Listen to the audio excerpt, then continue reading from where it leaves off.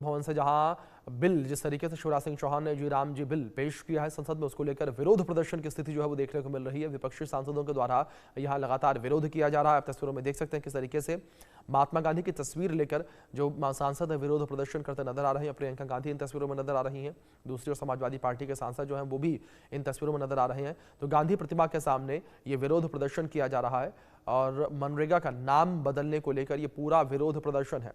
दूसरी ओर शिवराज सिंह चौहान कृषि मंत्री, उन्होंने ये बिल सदन में पेश किया और बिल पेश करते हुए उन्होंने इस बात का जिक्र भी किया कि महात्मा गांधी हमारे दिलों में बसते हैं, उनके प्रति हमारी पूरी आस्था है।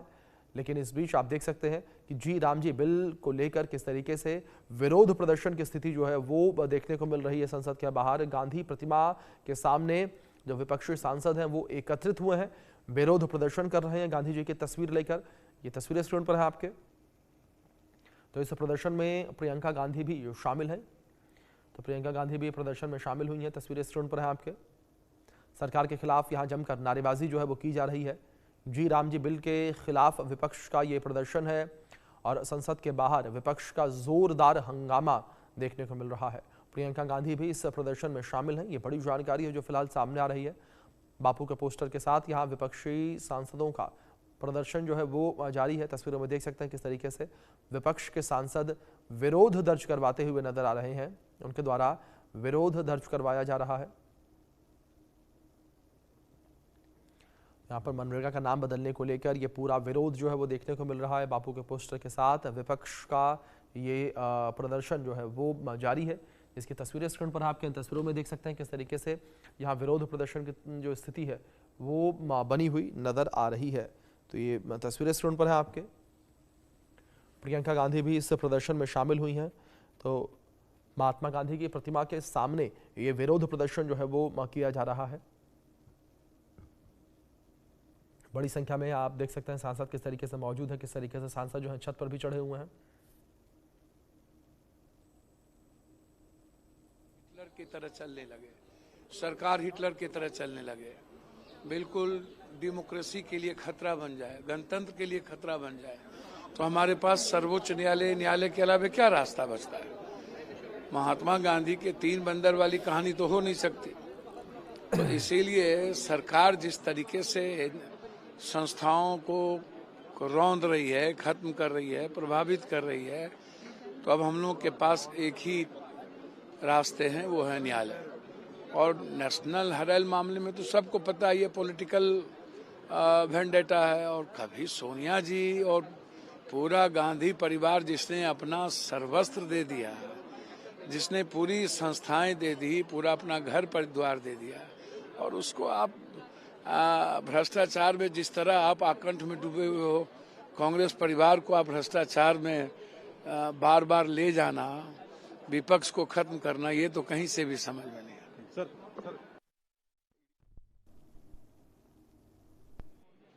no, the court will reconsider it because there might be some problem. The court will examine the entire materials on record, the case diary and everything, and thereafter court will take a decision. For the moment, the court has refused, but after going through the entire material produced by the ED and all that, the court will take a decision later on. कल kabaddi player kabaddi ground पे firing हुई और एक kabaddi player की हत्या हो गई। देखिए, पंजाब में कानून नाम की कोई चीज़ ही नहीं है। होम मिनिस्टर हमारे मुख्यमंत्री हैं और इस आम आदमी सरकार के नीचे पिछले 4 सालों में जो कानून की धज्जियां उड़ी हैं, दिन दिहाड़े कत्ल हो रहे हैं। ये चौथा प्लेयर है जिसका कत्ल अब कबड्डी के ग्राउंड के ऊपर दिन दिहाड़े गोलियां मार दी गई हैं। आज दूसरा दिन है कि हमारे स्कूलों में बॉम्ब थ्रेट करके स्कूल बंद करने पड़े हैं। कल भी हुआ, आज भी 10-10 स्कूलों को बॉम्ब थ्रेट के आ रहे हैं।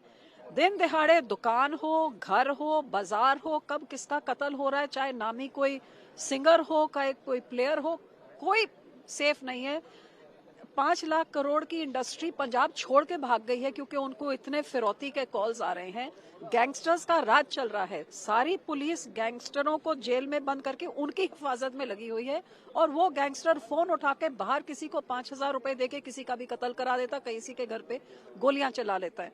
और ये बार ये बात उठाने के बावजूद हमारे मुख्यमंत्री टोटली फेल हो गए, ना वो नशा रोक सके हैं।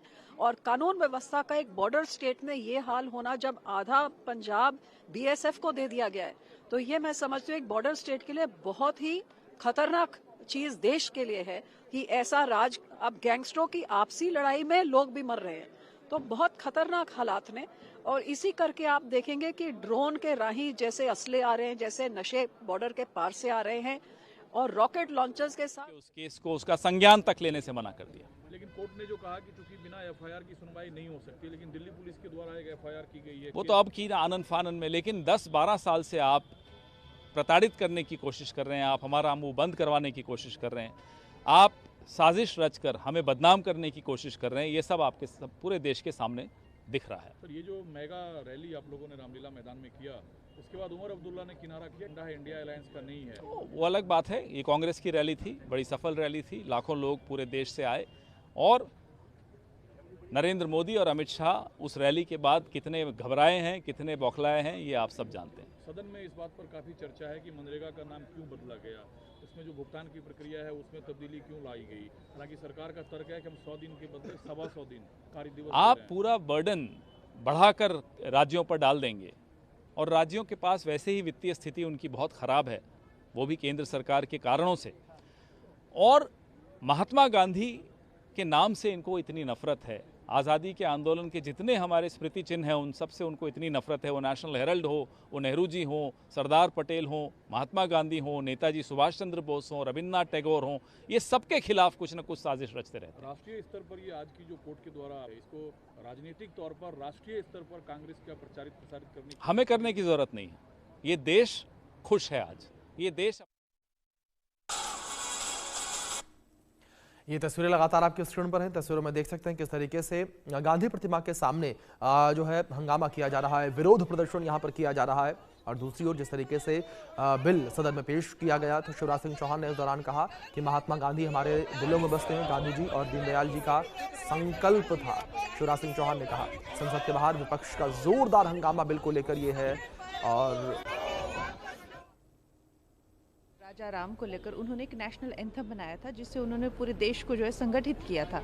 तो how is it an insult for Mahatma Gandhi ji, उन्हीं के सपने को पूरा करके जो है इसे राम का नाम दिया जा रहा है। विपक्ष लगातार महात्मा गांधी का अपमान नहीं सहेगा, हिंदुस्तान के नारे लग रहे हैं आप लोगों के तमाम जो पूरी तरह से, क्या कहेंगे? पूरी तरह से राष्ट्रपिता महात्मा गांधी का अपमान हमारी पार्टी समाजवादी पार्टी, हमारे नेता माननीय अखिलेश यादव किसी भी कीमत पर राष्ट्रपिता महात्मा गांधी का अपमान हम बर्दाश्त नहीं करेंगे। नाराज है, वॉकआउट भी किया है और सीधे अब वो महात्मा गांधी स्टैचू की तरफ गए हैं, उनका साफ तौर पर नारे। तो गोवा अग्निकांड से जुड़े